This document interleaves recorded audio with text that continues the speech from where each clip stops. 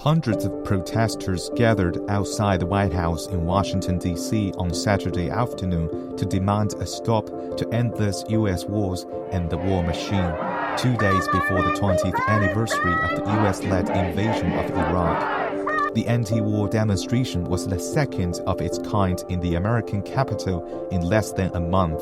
It's just a terrible mistake. I think it just changed the course of history, that invasion. On March 20, 2003, the United States and some of its allies launched a bombing campaign in Iraq under the false claim that the country was manufacturing weapons of mass destruction.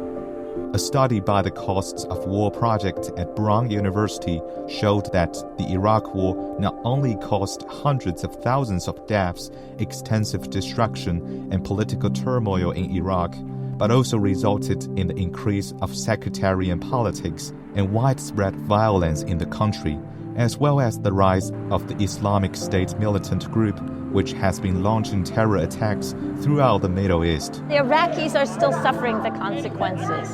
The country is a ruin. We've destroyed it. There was no work. There was no infrastructure. The country was already destroyed, and we just put it farther into the ground. While Saddam Hussein's government was overthrown, no stockpiles of WMDs or active WMD programs were ever found in Iraq. It was a horrible tragedy. I mean, we murdered millions of Iraqis. We destabilized the entire region, all for a profit, really. It was based on a lie.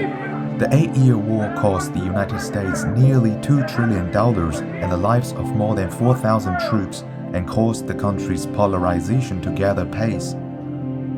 Protesters urged the U.S. government to fund people's needs instead of the war machine, given that American families and consumers are still struggling to address high inflation amid a banking crisis that has rekindled fear of an economic recession. We need to talk about peace now. A negotiated settlement is something we have to talk about now and get it done. The immediate problem is our government does not want to negotiate a settlement.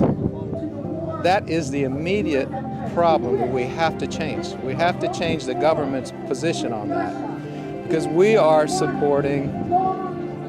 driving and pushing this war, even though we won't say that publicly. The military budget is way too high. We don't need this.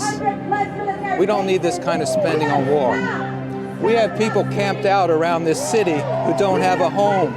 They're living in tents. Honestly, security is food for people and housing for people. You know, we're pressing all the buttons for more war. We're heading towards a terrible catastrophe.